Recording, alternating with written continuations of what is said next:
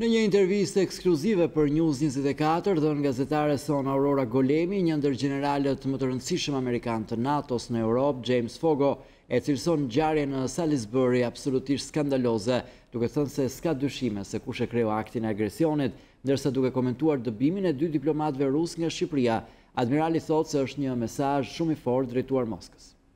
Përshëndetje shikues të News 24. Në këtë intervistë ekskluzive do të flasë admirali amerikan me 4 yje James Fogo, i cili është komandanti Komandës së Bashkuar të NATO-s në Napoli, si dhe komandanti Forcës Së Amerikane në Europë dhe në Afrikë. Admirali do të flasë për Shqipërinë, për Kosovën, për sigurinë në rajonin e Ballkanit edhe më tej. Admiral Fogo, është kënaqësi që ju kemi në këtë intervistë për News 24. Cili është qëllimi i vizitës suaj në Tiranë? Well, Aurora, to you and News 24 and the people of Albania, thank you for inviting me and thank you for your hospitality. So my purpose here. Aurora, faleminderit juve dhe News 24-s dhe popullit shqiptar. Faleminderit që më keni ftuar dhe faleminderit për mikpritjen. Qëllimi im këtu është i dyfisht. Vi në cilësinë time si komandanti i Komandës së Forcave të Bashkuara Aleate në Napoli, Itali, e cila përfaqëson të 29 anëtarët e NATO-s. Sigurisht, Shqipëria është një anëtare e fortë dhe pjesëmarrëse në shumë prej aktiviteteve tona. Vi edhe në cilësinë time si komandanti i forcave tetare të SBA-s për Europën. Pata mundësinë sot të takohesha me zëvendës ministrin tuaj të mbrojtjes, shefin e shtabit dhe komandantin e flotës. Patëm bisedime gjatë gjithë mëngjesit dhe një pjesë të pasdites, lidhur me mënyrën se si mund të bashkëpunojmë më tej në këtë botë kaq sfiduese ku jetojmë.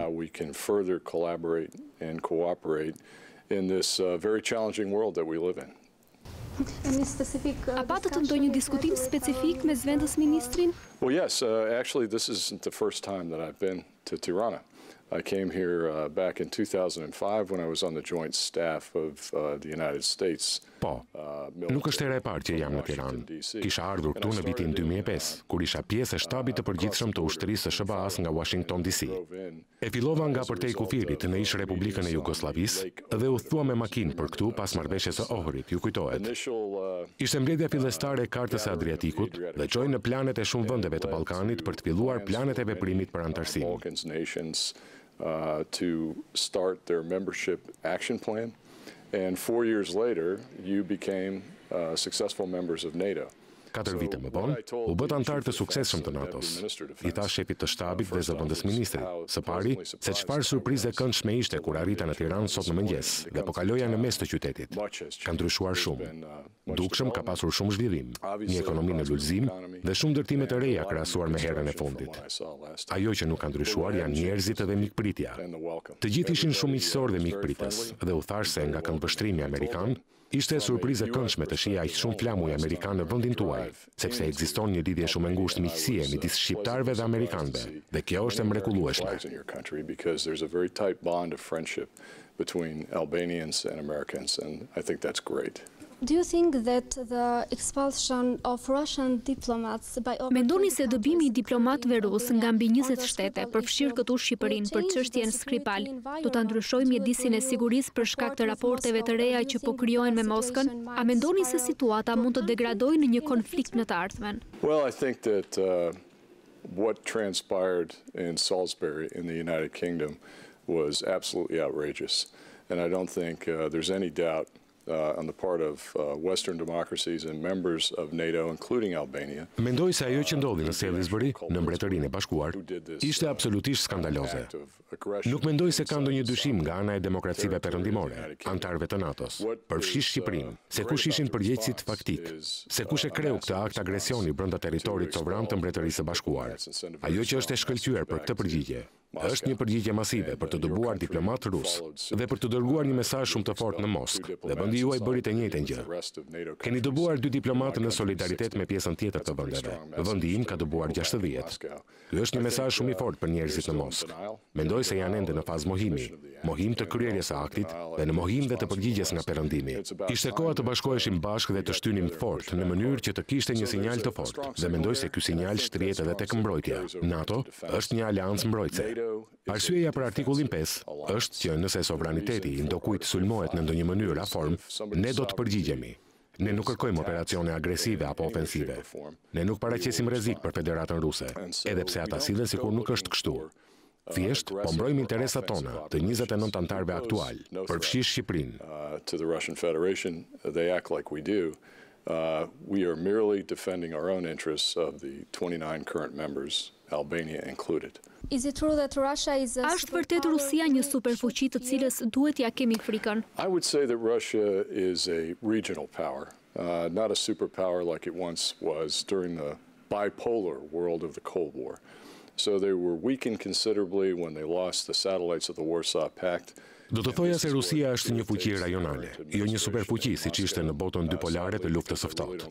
Ata u dobësuan shumë kur humbën satelitet e Traktatit të Varshavës, dhe kjo e irriton administratën aktuale në Moskë për fat të keq, sepse vërtet nuk mendoj se ne paraqesim ndonjë kërcënim. Mund të kishte shumë më tepër përparim midis Rusisë dhe Perëndimit, nëse do të kishte më shumë bashkëpunim dhe më pak absurditete si kjo ngjarje që ndodhi në Angli, apo aneksimi i paligjshëm i Krimes dhe konflikti i ngrirë aktualisht në Ukrainë. Duhet të jetë një mesazh për të gjithë partnerët dhe qofsh antari tanishëm i NATO-s apo jo, që Rusia është një vend shumë i rrezikshëm dhe se ata paraqesin kërcënim për Perëndimin. A mendoj se do sulmojnë?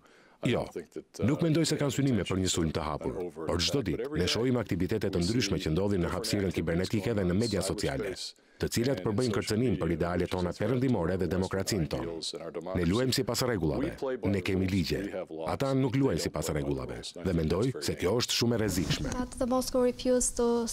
Por Moska refuzon të ulet në një tryez me NATO-n. We have had a dialogue with Russia in Brussels in the past, and I hope that dialogue can resume. Kemi pasur një dialog me Rusinë në Bruksel në të kaluarën. Shpresoj që ky dialog të mund të rifillojë. Aktualisht, me sa di, shumë prej diplomatëve që përfaqësojnë interesat ruse në Bruksel, ju është kërkuar të largohen, dhe aktualisht nuk ka një ambasador vëzhgues në detyrë. Prandaj, derisa situata të korrigjohet nga Moska, ne do t'i vëzhgojmë veprimet e tyre me shumë kujdes. Atëherë, ai dialog ndoshta nuk do të ndodhë. E pikërisht në atë çast shqetësohem, kur dështojmë të bisedojmë, sepse dialogu dhe negociatat mund të shmangin konfliktin, dhe kur ndalon së pasuri dialog, rriten rreziqet dhe gjërat bëhen më të rrezikshme për vendet apo grupet e vendeve, sidomos në një botë shumë palçe. And how powerful is NATO in front of Russia? Sa e fuqishme është NATO para Rusisë në rast të ndonjë skenari të tillë? NATO a mund të mbrojë vendet balltike nga një sulm i Rusisë? Absolutely. In my last job, this is my 5th tour in Europe. Absolutisht. Në detyrën time të fundit, ky është mandati im i 5 në Europë. Mandatin e 3 në Napoli, isha komandant i flotës së 6 të SBA-s. Isha komandant i forcave goditse dhe mbështetëse të NATO-s. Çdo vit bëjmë një stërvitje në detin Baltik, të quajtur Baltops. Isha komandant në vitin 2015 dhe 2016. Rreth 5500 forca, ushtar, marinar, pilot, marinës, rreth 50 anije, 70 avion. Çdo vit në qershor shkojnë për t'i demonstruar solidaritetin partnerëve tanë në Baltik.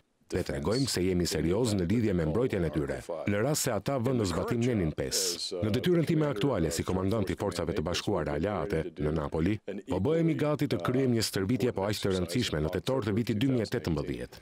Dhe nuk do të jenë 5000 forca, po do të jenë 35000 forca pranë Bregdetit të Norvegjisë, duke kërkuar stërvitje për zbarkim amfib dhe përgatitje për mbrojtjen e aleancës së NATO-s, nëse në veri ndodh diçka e pafat.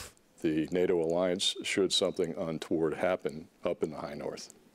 And during this exercise, gjatë stërvitjeve tuaja në Europë, a keni vënë re anije spione ruse? There's a lot of ships on the ocean and occasionally në det ka shumë anije dhe me raste, rusët dhe vende të tjera dërgojnë anije për të grumbulluar inteligjencë. Kjo është diçka që nuk më shqetëson. Është kostoja e kësaj pune dhe sinqerisht në ujërat të ndërkombëtar lejohet nga konventa e OKB-s mbi të drejtën detare. Okay, then let's talk about the Western Balkans. How safe is the Western Balkans? Well, I think that since the end of the conflict in Kosovo in 1999, the Balkans has become a more safe and secure environment. Mendoj se që nga fundi i konfliktit në Kosovë në vitin 1999, Ballkani është bërë një mjedis më i sigurt dhe i mbrojtur.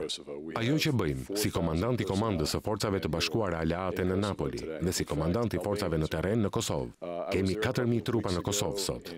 Në fakt edhe trupat shqiptare janë aty. Isha atje përpara pak javësh në kampin Marshal Delatre.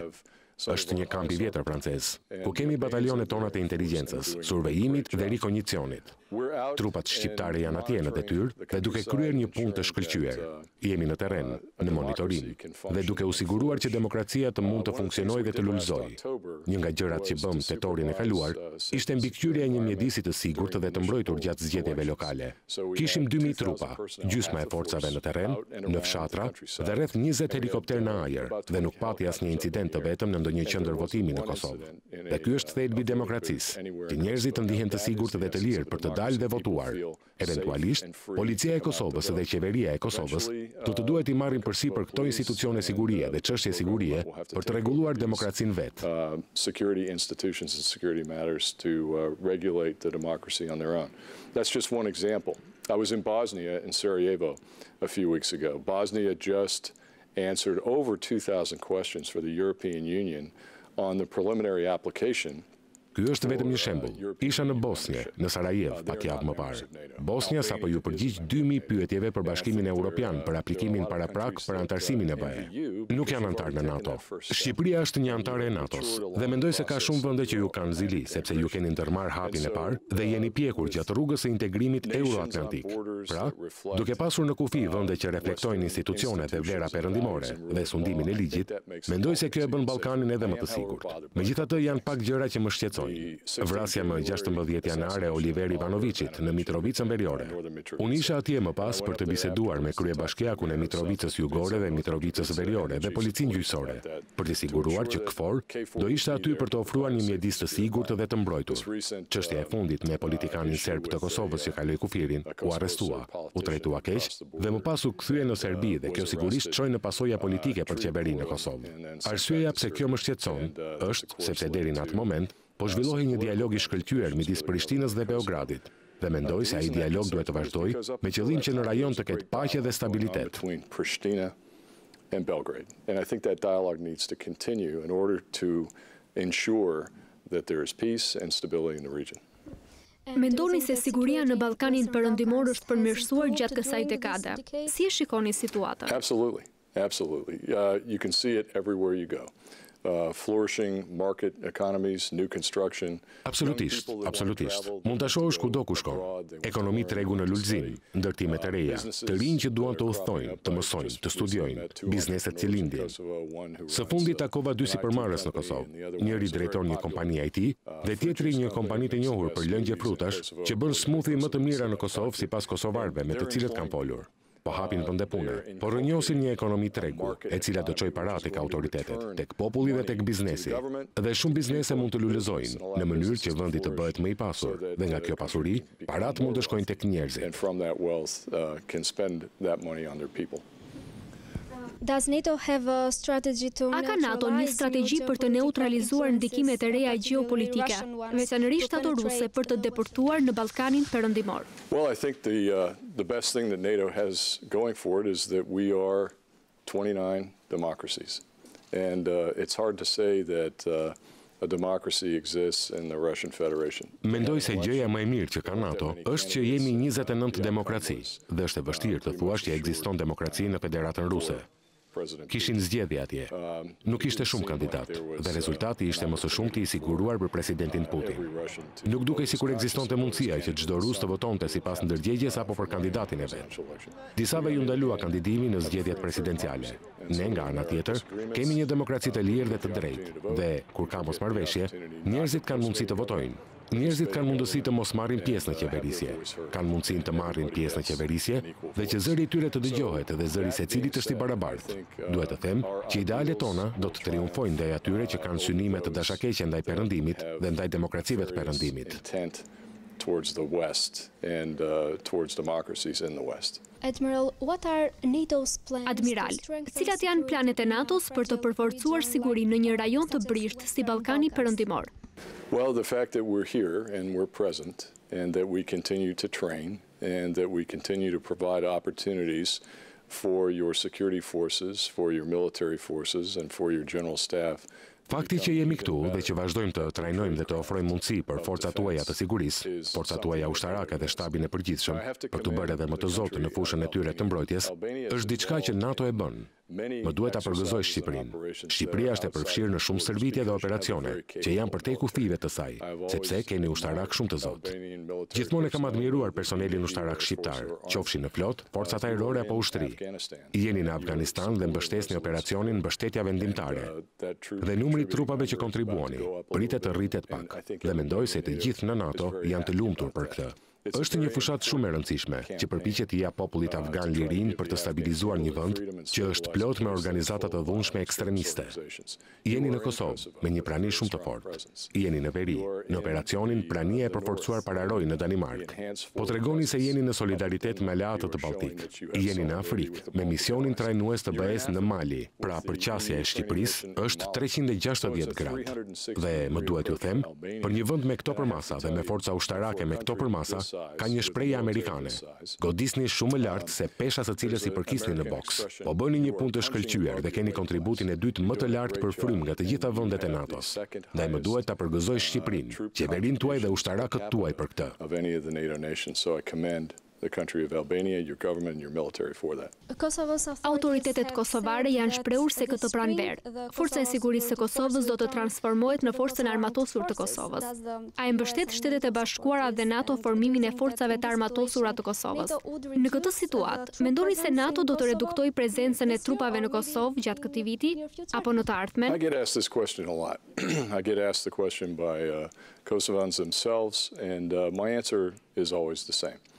That NATO has made it pretty clear with very strong statements and policy statements from the foreign ministers. Ma bëjnë shpesh këtë pyetje.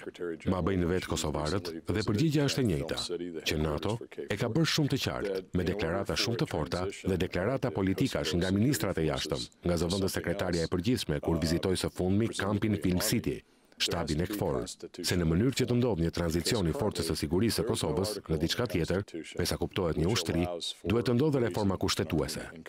Sepse aktualisht nuk ka nen në kushtetut që e lejon ngritjen e një ushtrie në Kosovë.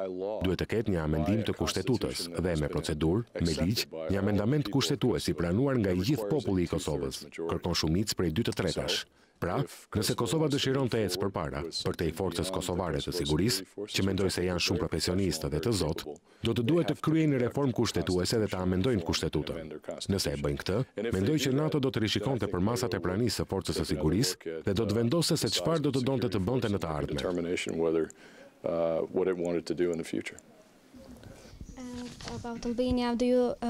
Në lidhje me Shqipërinë, çfarë mendoni për shpenzimet e mbrojtjes? So back in 2009 or a little later, Albania's defense spending was about 2% of GDP.